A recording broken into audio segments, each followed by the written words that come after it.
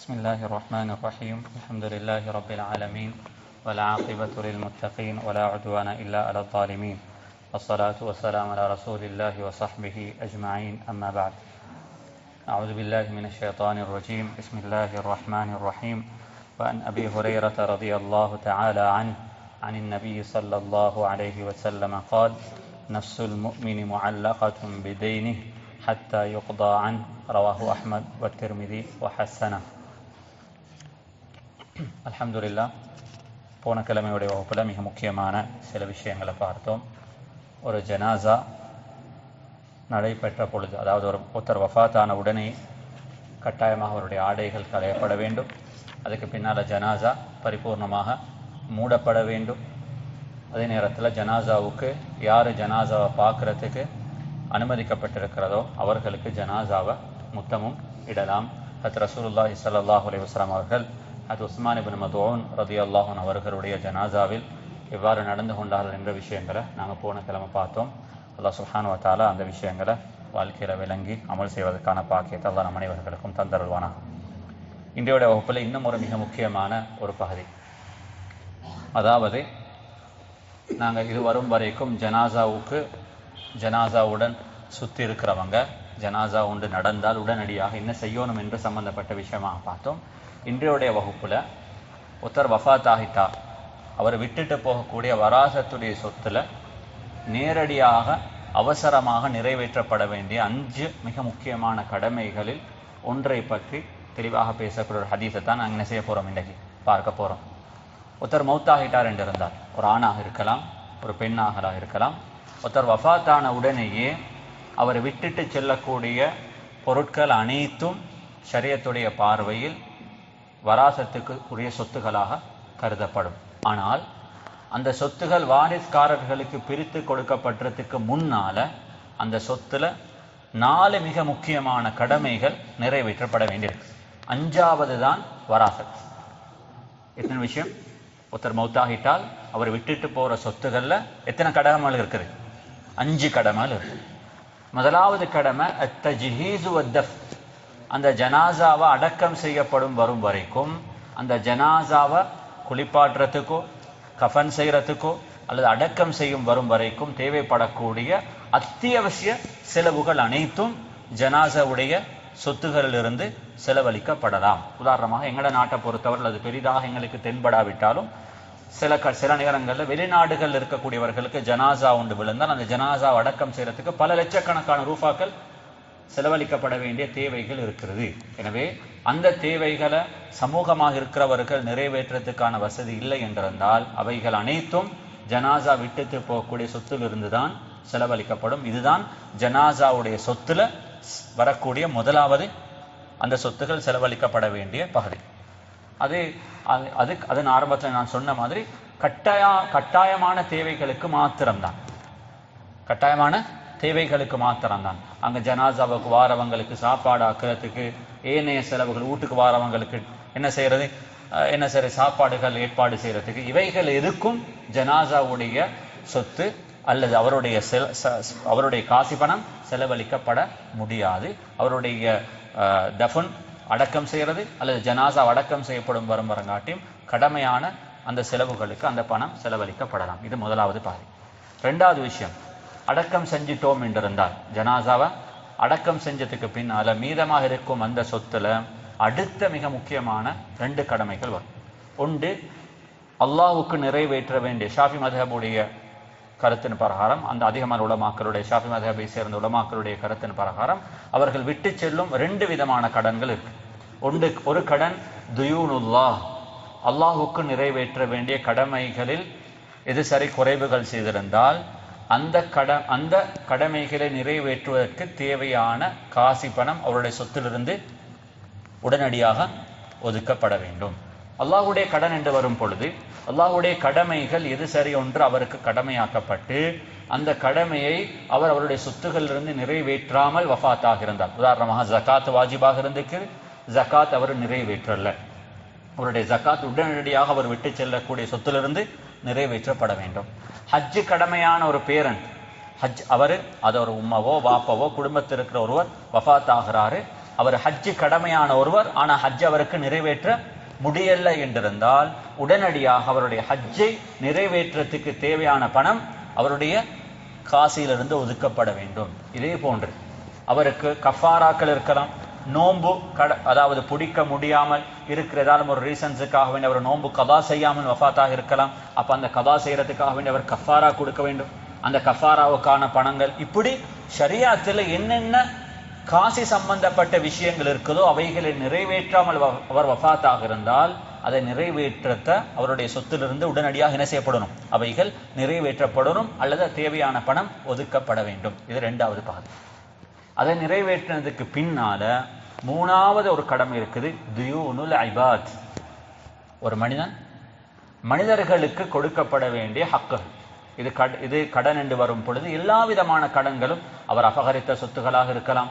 இந்த பகுதியில் நான் இது ஒரு கசப்பான ஒரு கஷ்டமான ஒரு பகுதி என்றிருந்தாலும், உதாரணமாக உங்களோட வாப்பவும் அல்லது உங்களோட குடும்பத்தில் இருக்கிற ஒருத்தர் வஃபாத்தாக இருக்கிறார், உங்கள் வாரிசுக்காரர்களுக்கு நன்றாக தெரியும் அவரு தனக்கு சொந்தமில்லாத, அவருடைய வாப்பட வாராசத்திலேயோ ஏதோ ஒன்றில் குறவு செஞ்சு அவரோட சாட்சிய பெரியப்பமாருக்கு அல்லது மாமிமாருக்கு போக வேண்டிய பங்கை போகாம எங்கட வாப்பா எங்கட அப்பாட்டு இருந்து சொத்துகள் எடுத்திருக்கிறாரு, அல்லது வாப்பாவோட சொத்தை வாப்பா எப்படியோ ஒரு விதத்தில் எடுத்துட்டாரு, ஆனா மௌத்து வரும் வரைக்கும் வாப்பாவுக்கு அதுக்கு தௌபா செய்யறதுக்கான சந்தர்ப்பம் கிடைக்கல என்றது குழந்தைகளுக்கு தெரிந்திருந்தால் அந்த சொத்தை அவர்கள் வாரிசுக்காரர்களாக பிரித்து கொள்ள முடியாது. அது அவர்களுக்குள்ள சொத்து அல்லது. உண்மையிலே தன்னுடைய பெற்றோர்களை நேசிக்கிற குழந்தைகளாக இருந்தால் அவர்கள் கட்டாயமாக தன்னுடைய வாப்பாவுடைய கபரு சிறப்பாக அமையறதுக்கு எதிர்பார்ப்புடன் அந்த சொத்துகள் உரியவர்களுக்கு பிரித்து கொடுக்கப்பட வேண்டும். இதுவும் ஒரு கடன் தான். இதுவும் ஒரு மிக முக்கியமான ஒரு பகுதி. அடுத்தது, இதுக்கு மேல் மிச்சமாக அவர் யாரோட கொடுக்கல் வாங்கல கொடுக்க வேண்டிய கடன்கள் இருந்திருந்தால் அல்லது சில கட்டங்களில் கடைகளுக்கு செட்டில் பண்ண வேண்டிய செட்டில்மெண்ட் இருக்கும், வியாபாரத்தில் செட்டில்மெண்ட் இருக்கலாம். இந்த அடியார்களுக்கு கொடுக்க வேண்டிய கடன்கள் அடுத்ததாக என்ன செய்யப்பட வேண்டும், கொடுக்கப்பட வேண்டும். அதுக்கு பிறகும் இன்னமும் சொத்தில் எது சரி மீதமாக இருக்கும் பொழுது நான்காவது விஷயம், அவர் எது சரி வசியத்தாக எழுதியிருந்தால் அந்த வசியத்தாக எழுதப்பட்டது அவருடைய சொத்துல 1/3 கூடுதலாக இருக்கக்கூடாது. 1/3 கூடுதலாக இருந்தால் 1/3 கூடுதலாக இருக்கிறது கொடுக்கப்படாமல் 3/1 வரும் வரைக்கும் இது மீதமாக இருக்கிறதுல இதெல்லாம் கொடுத்துட்டு மீதமாக இருக்கிறத பார்ப்போம். அந்த மீதமாக இருக்கிறதுல 3/1 குறைவாக அவர் வசியத் செய்திருந்தால் மின் பஅதி வசியத்தின் யூஸா பிஹா, கட்டாயமாக அவருடைய வசியத்துகள் அவருடைய சொத்திலிருந்து நிறைவேற்றப்பட வேண்டும். அதே நேரத்தில் மிக முக்கியமான இன்னும் ஒரு பகுதி, நாங்கள் வசியத்துகள் எழுதும் பொழுது அந்த வசியத் வாரிஸ்காரர்களுக்கு எழுதப்பட்டிருந்தால், அவருடைய மகனுக்கோ மகளுக்கோ அல்லது மனைவிக்கோ வசியத் எழுதியிருந்தால் இந்த வசியத் ஷரியத்துடைய பார்வையில் செல்லுபடியாக மாட்டார். யாருக்கு வராசத்துல சொத்துல பங்கு இருக்குதோ இவர்களுக்கு வசியத் எழுத முடியாது. லா வசியத லிவாரிசின், வாரிஸ்காரர்களுக்கு வராசத்துடைய சொத்தில் அவர்களுக்கு பங்கு இருப்பதனால அவர்களுக்கு வசியத்தால் அதிகமாக பங்கு கொடுப்பதை ஷரியாத் தடுத்திருக்குது. காரணம் என்னத்தண்டா, இந்த ஒன்றை அனுமதித்திருந்தால் பெற்றோர்கள் சில போது குழந்தைகளுக்கு மத்தியில் பாகுபாடு செய்யலாம், அநியாயம் நடக்கலாம். ஒரு குழந்தைக்கு கூட கொடுத்துட்டு மற்ற குழந்தைக்கு குறைவாக கொடுக்கறதுக்கு பேரண்ட்ஸ் முற்படலாம். அல்லாஹ் இன்னி ஹர்ரம்து ظுல்ம அலா நஃப்ஸி வஜஅல்துஹு பைனக்கும் முஹர்ரமா, அல்லாஹ் தனக்கு அநியாயம் செய்வதை ஹராமாக்க இருக்கிறான்.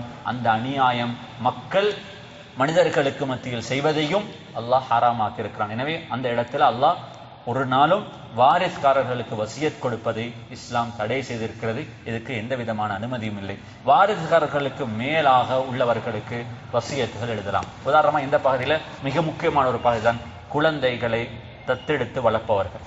அவர்களுக்கு எந்த ஒரு கட்டத்திலையும் வராசத்துடைய சொத்துல பங்கு போக மாட்டாது. அவர்கள் உங்களுடைய குழந்தைகள் அல்ல. உங்களோட குழந்தைகள் அவங்க உங்களுக்கு வாப்பாண்டு சொல்லலாம், உங்களோட வைஃபுக்கு அவங்க உம்மாண்டு பேசலாம். என்ன நடந்தாலும் அது இன்னொரு பகுதி, அதை கூப்பிடலாமா ஏழுமா என்பதை பற்றி இன்னொரு பகுதியில் பேசுவோம். அப்படி குழந்தைகளை தத்தெடுத்து வளர்த்தவர்கள் இருந்தால் அவர்களுக்கு வசியத்தில் தான் பங்கு கொடுக்க முடியுமே தவிர வராசத்து சொத்தில் நீங்க எதுவும் எழுதாம மஃபாத் ஆனால் உங்களோட சொத்தில் அந்த குழந்தைகளுக்கு வராசத்தாக எந்த பங்கும் கொடுக்கப்பட மாட்டாது என்று அவர்கள் உங்களோட குழந்தைகள் அல்ல, உங்களோட குழந்தைகள் அல்ல. இது ஒரு மிக முக்கியமான ஒரு பாதி. இதையும் நான் கட்டாயமாக ஞாபகத்தில் வைத்துக் கொள்ள வேண்டிய கடமை இருக்குது. எனவே அந்த குழந்தைகளுக்கு இது சரி ஒரு பங்கு நீங்க போகணும் என்று ஆசைப்பட்டால் போக வேண்டியது ஏதாவது எழுதலாம், வராசத்தாக வசியத்தாக எழுதலாம். ஆனால் ஒரு கண்டிஷன், அந்த வசியத் உங்களோட டோட்டல் அசெட்ல எத்தனை 3 விட கூடுதலாக இருக்கக்கூடாது. 3 விட கூடுதலாக இருந்திருந்தால் 3 வரும் வரைக்கும் செல்லுபடியாகும். 3 மேலாக இருக்கிறது ரிஜெக்ட் ஆகும். உதாரணமாக உங்களோட முழு சொத்துடைய மதிப்பு 30 லட்சம் என்று இருந்தால் நீங்க வசியத் 15 லட்சம் எழுதியிருந்தால் 10 லட்சம் தான் கொடுக்கப்படுமே தவிர 15 லட்சம் என்ன செய்ய மாட்டாது, கொடுக்கப்பட மாட்டார். இது 4வது கடமை. 5வது கடமை தான் கடைசியாக, அதாவது அவருடைய அடக்கம் வரும் வரைக்கும் இருக்கக்கூடிய செலவுகள் போய் அதுக்கு பிறகு அல்லாஹ்வுடைய கடன்களை நிறைவேற்றுவதற்கான செலவுகள் ஒதுக்கப்பட்டு, பிறகு அடியார்களுக்கு கொடுக்க வேண்டிய கடன்கள் இருந்தால் அவைகளும் நிறைவேற்றப்பட்டு, பிறகு அவர்கள் வசியத் இது சரி எழுதியிருந்தால் அந்த வசியத்துகளும் நிறைவேற்றப்பட்டதன் பின்னால கடைசியாக எது மீதமாக இருக்குதோ இதுதான் வாரிஸ்காரர்களுக்கு அல்லாஹ் குர்ஆன் சூரத்துன் நிசால யார் யாருக்கு என்னென்ன பங்கு போகும் என்பதாக சொல்லப்பட்டிருக்கிறதோ அந்த முறைப்படிதான் அது பிரிக்கப்படணும். அதுல எந்த குறையும் பாகுபாடுகளும் செய்ய முடியாது. உதாரணமாக உங்களுக்கு குழந்தை இருந்தால் உங்களோட மனைவிக்கு 8 தான். நீங்க நினைச்சாலும் 8 விட கூடுதலாக உங்களோட மனைவிக்கு கொடுக்க முடியாது.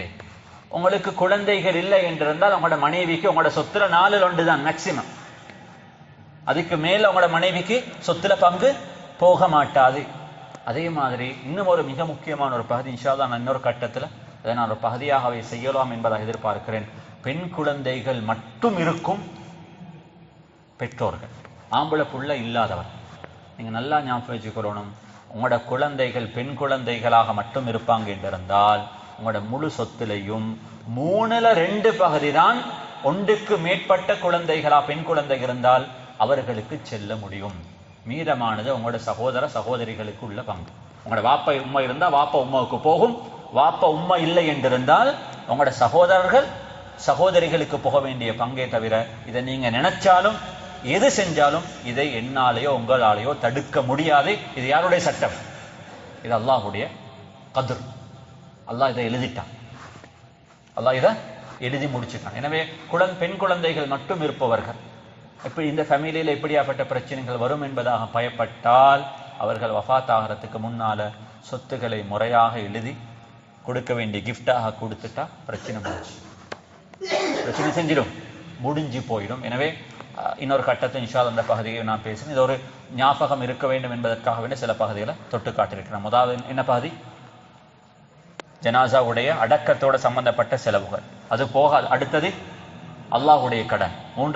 மூணாவது அடியார்களுக்கு கொடுக்கப்பட வேண்டிய கடன். 4வது வசியத்தை எழுதப்பட்டிருந்தால் அந்த வசியத்தை நிறைவேற்றணும். 5வது தான் மீதமாக இருக்கிறது என்ன செய்யும்? வாரிஸ்காரர்களுக்காக போகும். இன்றைய ஹதீஸ் இதுல 3வது தலைப்போட சம்பந்தப்பட்டது. என்னது? அடியார்களுக்கு கொடுக்க வேண்டிய கடன்கள். அல்லாஹ் சுப்ஹானஹு வ தஆலா எனக்கும் உங்களுக்கும் இதை கேட்கிற எல்லாருக்கும் கடன் இல்லாத ஒரு மௌத்தை நசீபாக்குவானா. ஆமீன். யாருக்கும் எந்த ஒரு ஒன்றும் கொடுக்கிறதுக்கு இல்லாத ஒரு ஃப்ரீயான கடமைகள் எதுவும் யாருக்கும் நிறைவேற்ற இல்லாத ஒரு நிலைமையில் உள்ள மௌத்தை அல்லாஹ் எனக்கும் உங்களுக்கும் எழுதுவானாக. ஆனா வாழ்க்கை என்றது நாங்க எதிர்பார்த்த மாதிரி எது நிறைவேறவும் அமைகிறது இல்லை. நாங்க ஒன்றை எதிர்பார்த்திருக்கலாம், ஆனா ஏதோ ஒரு அடிப்படையில வாழ்க்கையில கடனாளியாக வேண்டிய ஒரு நிலைமை ஏற்பட்டால் அதை வாழ்க்கையில எங்களுக்கு நிறைவேற்றுறதுக்கும் கஷ்டமாக இருந்தால் மிக முக்கியமான ஒரு செய்தியை நான் சொல்லுகிறேன். அந்த உங்களுக்கு யாருக்கு நீங்க எவ்வளவு கடன் கொடுத்திருக்கிறீங்களோ இவைகளை எழுதி வச்சுட்டு மௌத்தாகிடுங்க. ஏண்டா சில நேரத்துல எங்களுக்கு போற எங்களோட வாரிஸ்காரர்கள் நல்ல வசதியானவர்களாக மாறலாம். எங்களோட குழந்தை அதுக்கு பிறகு எங்க வாப்பட கடனை நிறைவேற்றிடுவாங்க. நீங்க அதை எழுதாம மௌத்தாகி போகும்ன்றது எங்களோட குழந்தைகளுக்கு நிறைவேற்றணும் என்ற ஆசை இருந்தாலும் யாருக்கு எதை கொடுக்கிறது என்று தெரியாது. அதனாலதான் சஹாபாக்கள் சொல்கிறார்கள், ஹதீஸ்லயே வந்திருக்குது, ஒரு மனிதனுக்கு தன்னுடைய வசியத்தை எழுதாமல் ஒரு இரவுடைய நேரம் என்ன செய்யக்கூடாது, அவர் பெட்டுக்கு போகக்கூடாது. யாருக்கு தெரியும் படுத்த நான் எழும்புவேனா இல்லையா என்பது. எனவே இது ஒரு மிக முக்கியமான ஒரு மனிதனுக்கு. ஏன்னால் உலகம் எனக்கும் எந்த லைஃப் எப்படி அமையும், கடனே எடுக்காம போகலாம். ஆனா வாழ்க்கையில் ஏதோ ஒரு கட்டம் அப்படியாப்பட்ட நிலைமைக்கு வாழ்க்கை என்ன புஷ் பண்ணலாம், தள்ளப்படலாம். அப்படியாப்பட்ட ஒரு நிலைமை ஏற்பட்டால் பயம் இல்லாமல் வசியத்தாக நான் இந்நாளுக்கு இவ்வளவு கொடுக்கிருக்குது, அப்துல்லாக்கு இவ்வளவு கொடுக்கிருக்குது, இந்நாளுக்கு இன்னும் எடுத்தேன், இவ்வளவு கொடுத்திருக்கிறேன், இன்னும் இவ்வளவு பாக்கியாக இருக்குது என்பதாக எழுதிட்டு மௌத்தானால் யாரோ ஒரு நல்ல ஒரு மனிதர், குழந்தைகள், சமூகத்தில் இருக்கிறவங்க வந்து இந்த கடனை என்ன செய்யலாம், நிறைவேற்றி வைக்கலாம். அல்ஹம்துலில்லாஹ். கபரு அல்ஹம்துலில்லாஹ் கபரு வந்து எங்களுக்கு என்ன செஞ்சிடும், ஃப்ரீயாயிடும். எனவே அல்லாஹ் சுப்ஹானஹு வ தஆலா இந்த ஒரு விஷயத்தை நாங்கள் கட்டாயமாக கடைபிடிக்கிறதுக்கு கடமைப்பட்டிருக்கிறோம். செய்வோம் இன்ஷா அல்லாஹ். வாழ்க்கைன்றது இப்படித்தான், வாழ்க்கைன்றது இப்படித்தான். எனவே அன்பான சகோதரர்களே, இன்னும் இந்த ஹதீஸை பொறுத்தவரையில இந்த ஹதீஸுக்கான விளக்கத்தை நாங்க பார்க்கறதுக்கு முன்னால இன்னொரு மிக முக்கியமான ஒரு பகுதி இருக்குது. வாழ்க்கையில கடன் என்றது ஒரு லேசான ஒரு விஷயம் அல்ல, ஒரு இலகுவான ஒரு விஷயம் அல்ல. ரசூலுல்லாஹி ஸல்லல்லாஹு அலைஹி வஸல்லம் அவர்கள் தனது வாழ்க்கையில அன்றாடம் விடுபடாமல் கேட்ட துஆக்கள்ல உண்டுதான் என்ன துஆ, யா அல்லாஹ் என்ன கடனை விட்டும் பாதுகாத்துடு. முதலாவது ஹதீஸ் புகாரி ரிவாயத்தில் வருகிறது. அபூ ஹுரைரா ரலியல்லாஹு அன்ஹு அவர்கள் சொல்கிறார்கள், நபி ஸல்லல்லாஹு அலைஹி வஸல்லம் இரவுடைய நேரத்தில், இந்த ஹதீஸை நல்லா கேளுங்க, படுக்கிறதுக்கு போனார். இல்தஜஅ அலா ஷிக்ஹில் ஐமன், தனது வலது பக்கத்தில் நபி ஸல்லல்லாஹு அலைஹி வஸல்லம் அவர்கள் பிறண்டு படுத்து விட்டு உறங்கிவிட்டு முதலாவது ஓதுவாங்க, அல்லாஹும்ம ரப்பஸ் ஸமாவாத் வ ரப்பல் அர்த் வ ரப்பல் அர்ஷில் அஸீம் ரப்பனா வ ரப்ப குல்லி ஷை فالق الحب والنوى منزل التوراة والإنجيل والفرقان أعوذ بك من كل شيء أنت آخذ بناصيتها اللهم أنت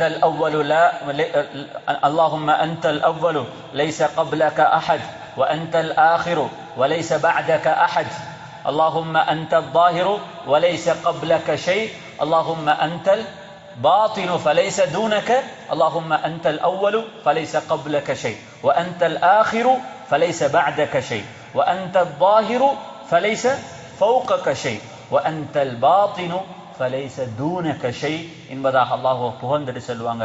இக்தி அன்ன தைன், யா அல்லாஹ் என்னுடைய கடன்களை நீயே நிறைவேற்றி வைப்பாயாக. வ அக்னினி அனில் ஃபக்ர், யா அல்லாஹ் ஏழ்மையை விட்டும் ஃபக்ரை விட்டும் யா அல்லாஹ் என்னை பாதுகாத்திடுவாயாக.